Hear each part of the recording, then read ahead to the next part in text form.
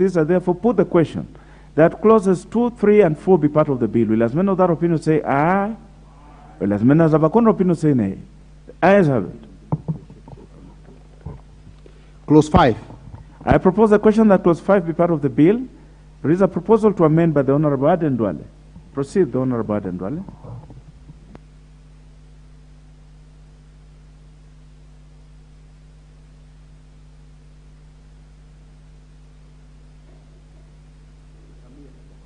I don't know. I mean, this is the seat for ranking member.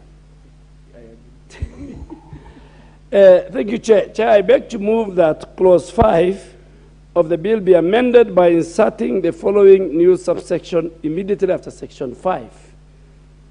That the person who, in accordance with the order paper, and this is just a person who immediately before the commencement of this act held the office of the Commissioner General, member of the board, or commissioner shall continue to hold office only for the unexpired period of their term.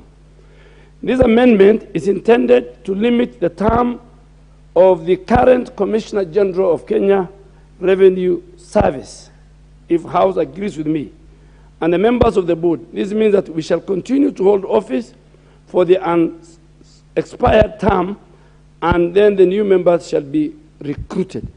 This is just to make sure, because now if this House change the name from Kenya Revenue Authority to Kenya Revenue Service, that's a different body.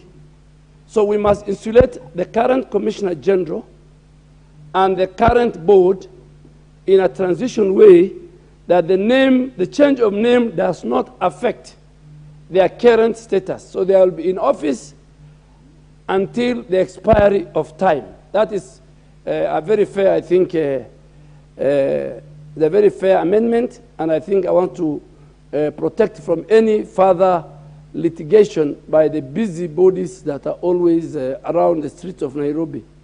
That, the current Commissioner General was recruited as Kenya Revenue Authority. Though, so that we are changing to Kenya Revenue Service, we must protect the holders of those offices. I beg to move and ask maybe Honorable Chair of Budget to support this.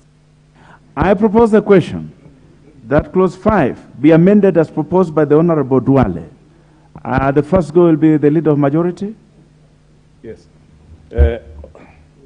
Honorable Chair, well, I agree with the need for protection.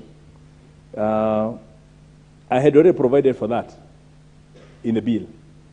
The current clause 5 basically protects any person who held office as a member of the board or as an officer or member of the staff of the authority immediately before the commencement of this section shall continue to hold office as if that person had been appointed under this act. So every job is already saved.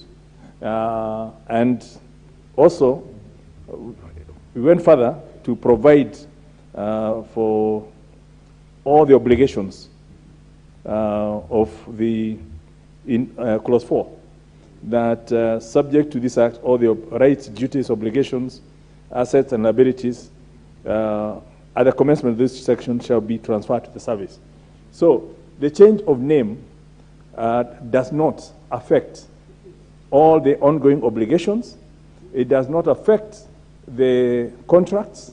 They will continue as if they were entered under this, because all we are doing is changing the name from authority to service. But all the ongoing obligations, including contracts with contractors and tenderers, continue as if they were contracted with authority being called a service. That is the essence of the transitional clause that we put. So, but what the Honorable Duale is saying is actually limiting for Commissioner General and the board or commissioners that those ones will be the only ones who continue for the unexpired. Now, this has obviously then got the issue of a contradiction for other members of staff who are on a certain contract.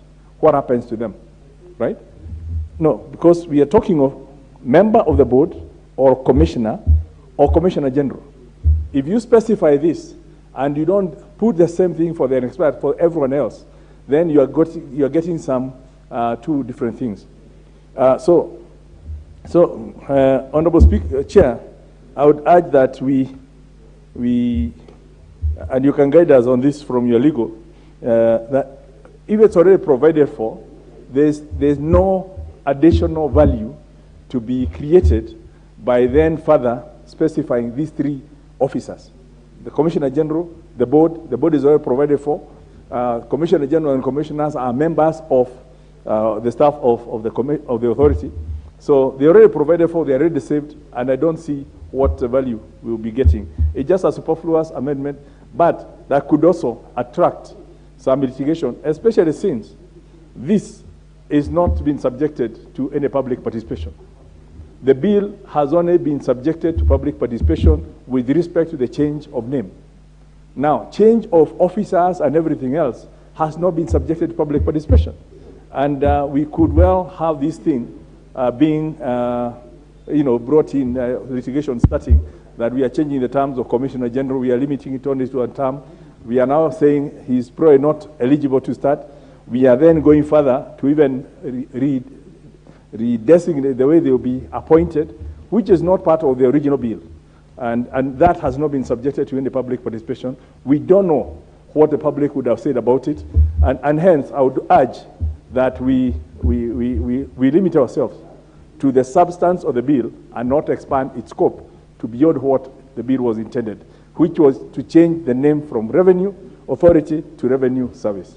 Honorable Speaker, I beg to oppose this amendment. The Honorable Martin Owino, member for Ndio. Chair, thank you. I think the concern of Honorable Duale is taken care of, because when you go to specificity of who to remain and who to go, then you will be kind of drafting another bill.